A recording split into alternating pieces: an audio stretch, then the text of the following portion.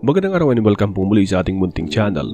Ngayon ay ating pag-uusapan ng tanong na kapag ligtas na ba ang tao sa pamamagitan ng pagtanggap sa Panginoong Hesukristo ay ligtas na siya habang buhay? Ngunit bago yan ay mag-subscribe ka na muna kung bago ka pa lang sa channel na ito. Sigurado akong hindi lang ako ang nakarinig ng mga salitang once saved, you're always saved. Para sa mga hindi pa nakakaalam, may mga kapatid tayo kay Hesukristo na naniniwalang kapag tinanggap na nila ang Diyos sa pamamagitan ng Panginoong Hesukristo ay ligtas na sila magpakailanman kahit patuloy silang nagkakasala sa Diyos. Una sa lahat ay, ano ba kasi ang ibig sabihin ng once saved, always saved? Para sa mga narinig kong pagkakaintindi ng iba, kapag oras ng isang tao ay naging Kristiyano sa pamamagitan ng pagtanggap sa Panginoong Hesukristo ay automatic na sila ay ligtas na magpakailanman. Ang statement na ito ay parehong tama at parehong mali. Totoo na ang isang tao ay maliligtas sa pamamagitan ng pagtanggap sa Panginoong Hesukristo, kaya nga lahat ng mga Kristiyano ay sinasabing tinatanggap nila ang Panginoong Hesukristo bilang tagapagligtas. Nakasulat sa Romans chapter 6 verse 23. Ito ay sapagkat ang kabayaran nga ng kasalanan ay kamatayan, ngunit ang walang bayad na kaloob ng Diyos ay buhay na walang hanggan kay Kristo Jesus na ating Panginoon. Mababasa din sa Acts chapter 16 verse 31. Sinabi nila, sumampalataya ka sa Panginoong Hesukristo at maliligtas ka, ikaw at ang iyong sambahayan. Maliwanag sa mga tekstong ito na ang pagtanggap at pagsampalataya sa Panginoong Hesukristo ay makapagdudulot ng kaligtasan sa mga tao. Ibig sabihin na totoong ang Panginoong Hesukristo lamang ang daan patungo sa walang hanggang buhay. Ngunit bigyang pansin natin ang dahilan kung bakit ang phrase na once saved is always saved ay hindi nararapat na ituro sa mga tao. Bakit? Dahil kahit na sinabi mong tinanggap mo ang Diyos sa pamamagitan ng Panginoong Hesukristo, kung hindi mo naman isinabuhay ang kanyang salita ay malaki ang posibilidad na hindi ka ligtas sa araw ng paghuhukom. Nakasulat sa Matthew chapter 7 verses 21 to 23. Hindi ang bawat isa na nagsasabi sa akin, Panginoon, Panginoon, ay makakapasok sa paghahari ng langit, kundi ang gumagawa ng kalooban ng aking Ama na nasa langit. Sa araw na iyon ay marami ang magsasabi sa akin, Panginoon, Panginoon, hindi ba sa iyong pangalan ay naghayag kami ng salita katulad ng mga propeta? At sa iyong pangalan ay nagpalayas kami ng mga demonyo? At sa iyong pangalan ay gumawa kami ng maraming himala? Pagkatapos nito ay ipahahayag ko sa kanila, hindi ko kayo nagkikilala. Lumayo kayo sa akin, kayong hindi kumikilala sa kautusan ng Diyos. Dito ay sinasabing lahat ng mga taong tumatawag sa Panginoong Hesukristo ay hindi automatic na maliligtas dahil ang ilan ay kasamang may tatapon sa nagliliyab na apoy. Bakit kaya? Dahil ang pagkilala sa Panginoong Hesukristo ay hindi sapat para ang tao ay maligtas. Kailangan din itong suportahan ng gawa sa pamamagitan ng pagsunod sa mga utos ng Diyos na nakasulat sa Biblia. Ang summary ng utos ng Diyos ay ang sinabi ng Panginoong Hesukristo na mababasa sa Matthew chapter 22 verse 37 to 40. Sinabi ni Jesus sa kanya, ibigin mo ang Panginoon mong Diyos ng buong puso mo, ng buong kaluluwa mo at ng buong pag-iisip mo.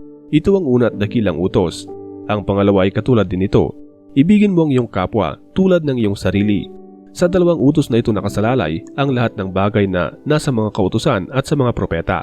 So, kung ang isang tao ay nagsasabing tinatanggap na nga niya ang Panginoong Hesukristo ngunit hindi naman niya ginagawa ang nais ng Diyos ay siguradong isa ang taong ito sa mga tinutukoy ng Panginoon na hindi niya kilala at hindi makatatanggap ng kaligtasan. Dahil ang pag-ibig sa Diyos ay kailangang maipakita sa gawa. Hindi mo naman pwedeng sabihin na iniibig mo ang iyong kapwa nang sasabihin mo lang. Kailangan mo itong ipakita sa pamamagitan ng paggawa. Halimbawa ay ang isang ina na mahal niya at iniibig ang kanyang anak na sanggol, kaya't inaalagaan niya ito. Pinapaliguan ang bata, pinapakain at pinapadede hanggang sa lumaki. Hindi naman niya pwedeng sabihin na mahal niya ang sanggol at iiwan na lang ito at bahala na sa kanyang sarili. Nakasulat sa James chapter 2 verses 14 to 17. Mga kapatid ko, kung sabihin ng isang tao na siya ay may pananampalataya, subalit wala siyang mga gawa, ano ang pakinabang noon? Maliligtas ba siya ng pananampalataya? Maaring ang isang kapatid na lalaki o babae ay walang damit o kinukulang sa pang-araw-araw na pagkain at ang isa sa inyo ay nagsabi sa kanila, humayo kayo ng mapayapa, magpainit kayo at magpakabusog, ngunit hindi mo naman ibinigay sa kanila ang mga kailangan ng katawan, ano ang kapakinabangan doon? Ganyan rin ang pananampalataya. Kung wala itong mga gawa, ito ay patay sa kanyang sarili. Tinutukoy sa mga tekstong ito na dapat nating ipakita na tayo ay may pananampalataya sa Diyos sa pamamagitan ng paggawa ng kanyang mga kagustuhan at pagsunod sa kanyang mga utos. Halimbawa, sinabi ng isang taong tinatanggap niya ang Diyos sa pamamagitan ng Panginoong Hesukristo, sa paanong paraan niya ito may ipapakita? Siyempre, nararapat niyang gawin ang mga kautusan ng Panginoong Hesukristo, ang ibigan ng Diyos at ang lahat ng tao, kaaway o kaibigan. Ang isang halimbawa ay, dapat siyang mabautismuhan, manalangin ng madaming beses sa isang araw, dumadalaw sa mga araw ng pagsamba at palaging nakikilahok sa mga gawaing pagmimisyon para ipalaganap ang salita ng Diyos. Totoong may mga taong sa huling sandali ng kanilang buhay ay nakilala nilang Panginoong Hesukristo at sila'y naligtas. Katulad ng isa sa mga tulisan na nakapako sa krus na kasama ng Panginoong Hesukristo nang siya ay pinako sa krus. Ito yung nakasulat sa Luke chapter 23 verse 43. Sinabi ni Jesus sa kanya, "Katotohanan sinasabi ko sa iyo, sa araw na ito, ikaw ay makakasama ko sa paraiso." Sa panahon ngayon, ang halimbawa ng kriminal na nakapako sa krus na naligtas ay ang mga taong hindi nakakakilala sa Diyos. Pwedeng sila yung mga taong lumaki na walang nagturo sa kanila tungkol sa Diyos at sa Panginoong Hesukristo. Ngunit sabihin na natin na bago ang oras ng kanilang kamatayan ay naipakilala at tinanggap nila ang Diyos sa pamamagitan ng Panginoong Hesukristo. Ngunit hindi ito applicable sa mga taong tinanggap ng Diyos at nabuhay pa ng matagal na panahon pagkatapos matanggap ang Panginoon, ngunit ipinagpatuloy ang kanilang mga nakagawiang gawain kahit na ito ay taliwas sa utos ng Diyos. Katulad na lang ng mga bisyo, idolatry at lahat ng mga bagay na masama sa mata ng Diyos.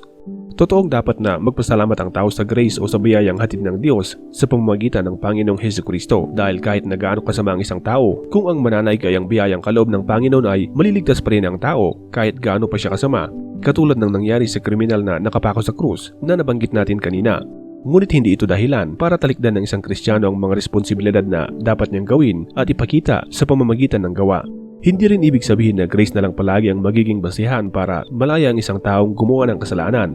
Dapat nating maunawaan na epektibo lang ito sa mga unang pagkakataon na nakilala ng tao ang Diyos sa pamamagitan ng Panginoong Hesukristo. Dahil kung sakaling nakilala na niya ang Diyos at naintindihan ang salita ng Diyos, ibig lang sabihin na alam na rin niya ang mga pinagbabawal na gawain ng Diyos. Kahit hindi na pwedeng sabihin, okay lang na gumawa ako ng masama, hindi bale. May grace naman ng Diyos para maligtas ako kahit ilang beses pa akong gumawa ng kasalanan, dahil once saved is always saved. Gaya ng nasabi natin kanina ay partially true at partially false ang phrase na ito.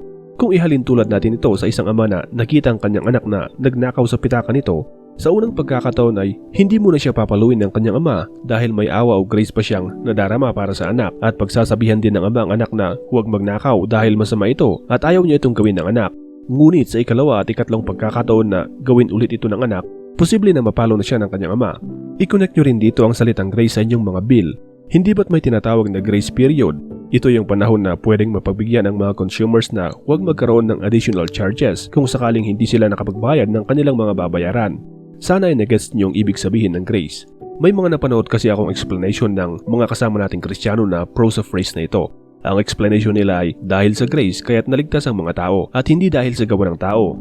Dahil sa panahon ng pagkapako ng Panginoon sa krus ay nawala na ng bisa ang pag-aalay ng mga tao ng mga hayop para sa paglilinis ng kanilang mga kasalanan dahil ang sakripisyo ay one time na ginawa ng Panginoong Hesukristo sa pamamagitan ng kanyang kamatayan at pag-agos ng kanyang dugo.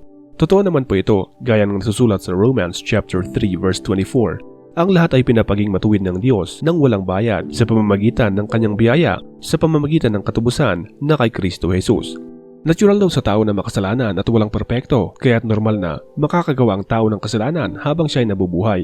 Ngunit dahil sa grace na ito ay pwedeng paulit-ulit na mapatawad ang tao sa kanyang mga dagdag kasalanan kahit pa yung mga gagawin niyang kasalanan sa hinaharap. Alam daw ito ng Diyos at since nasa Diyos ang pagpapasya at siya ang nagbibigay ng grace at nasa kanyang desisyon na bigyan ng biyaya o awa ang taong nais niyang bigyan, kahit pa ito ay paulit-ulit na nagkakasala, pwede niya itong bigyan. Kaya daw, kapag ang tao na tinanggap ang Panginoong Hesukristo ay naligtas, automatic na palagi siyang ligtas kahit ano pa ang kanyang ginagawa. Ito daw ay sinusuportahan ng nasusulat sa John chapter 10 verses 27 to 28. Dinirinig ng aking mga tupa ang aking tinig, kilala ko sila at sumusunod sila sa akin. Binibigyan ko sila ng buhay na walang hanggan, hindi sila malilipol magpakailanman, walang sino mang makakaagaw sa kanila sa aking kamay. Sa verses na ito ay sinasabing walang sino mang makakaagaw sa mga tao sa kamay ng Panginoon dahil siyang nagbabantay ng kanyang kawan. Kaya't ang once saved ay always saved dahil nasa pangangalaga na siya ng Panginoon. At kung sakali naman daw na nagkakasala pa rin siya at sinasadyang ginagawa ang kinaiinisan ng Diyos, hindi daw niya tunay na tinanggap ang Diyos sa pamamagitan ng Panginoong Hesukristo. Kaya't masasabing ang taong ito ay peking Kristiyano o peking miyembro ng kawan ng Diyos. Sa paliwanag na ito ay malalaman natin na hindi appropriate o nababagay ang mga salitang once saved is always saved. Kaya't mas magandang huwag itong ituro o gamitin dahil mas mahihilo lang ang mga taong makakarinig nito o kaya ay makakaisip na pwede pala nilang ipagpatuloy ang nakagawiang gawain basta tanggapin mo lang ang Panginoong Hesukristo na iyong Misaya.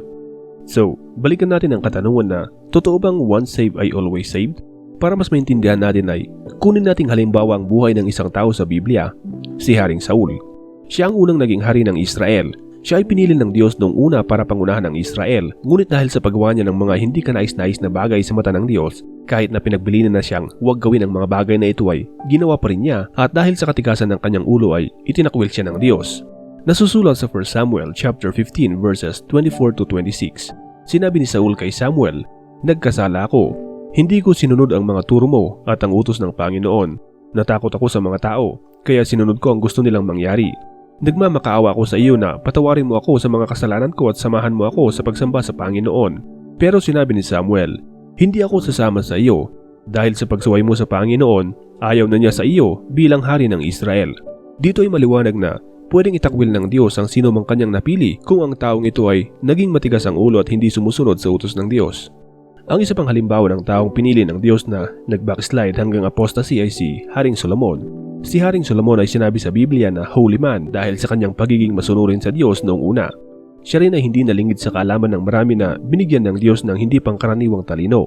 Ito ay nakasulat sa 2 Chronicles chapter 1 verses 11 to 12. Sinabi ng Diyos kay Solomon, "Dahil humingi ka ng karunungan at kaalaman sa pamamahala ng aking mga mamamayan na kung saan ginawa kitang hari at hindi ka humingi ng kayamanan o karangalan o kamatayan ng iyong mga kalaban o mahabang buhay, ibibigay ko sa iyo ang iyong hinihingi. At hindi lang iyan, bibigyan din kita ng mga kayamanan at karangalan na hindi pa nakamtan ng sino mang hari noon at sa darating na panahon." Ngunit ganun pa man ay nakurap ang paniniwala ni Solomon sa Diyos kung kailan siya ay tumanda. Nag-asawa kasi siya ng maraming mga babae na iba ang sinasambang Diyos, at dahil sa mga asawa niyang ito ay tinalikuran niya ang Diyos at sinamba rin ang ibang Diyos ng kanyang mga asawa. Nagpagawa pa siya ng mga templo para sa ibang Diyos na ito. Ito ay mababasa sa 1 Kings chapter 11 verses 4 to 9. Nang matanda na siya, nahimok siya ng kanyang mga asawa na sumamba sa ibang mga Diyos. Hindi na naging maganda ang relasyon niya sa Panginoon na kanyang Diyos, hindi tulad ng ama niyang si David. Sumamba siya kay Ashtoreth, ang diyosa ng mga Sidoneo, at kay Molek, ang kasuklam-suklam na diyos ng mga Amonita. Sa pamamagitan nito, nakagawa si Solomon ng masama sa paningin ng Panginoon. Hindi siya sumunod ng buong katapatan sa Panginoon, hindi tulad ng ama niyang si David. Nagpagawa si Solomon ng sambahan sa matataas na lugar sa bandang silangan ng Jerusalem para kay Chemosh, ang kasuklam-suklam na diyos ng mga Moabita. Nagpagawa rin siya ng sambahan para kay Molek, ang kasuklam-suklam na diyos ng mga Amonita. Nagpagawa rin siya ng simbahan ng mga Diyos-Diyosan ng lahat ng asawa niyang dayuhan, at doon sila nagsusunog ng mga insenso at naghahandog para sa mga Diyos-Diyosan nila. Nagalit ang Panginoon kay Solomon dahil tinalikuran niya ang Panginoon, ang Diyos ng Israel, na nagpakita sa kanya ng 2 beses. Hindi man maliwanag sa Biblia kung saan napunta ang kaluluwa ni Solomon, either sa langit o sa impyerno, ngunit maliwanag na sinabi sa Biblia na hindi na naging magandang relasyon ni Solomon sa Panginoon na kanyang Diyos. Ano bang number 1 na utos ng Diyos? Itong nakasulat sa Exodus chapter 20 verses 1 to 3.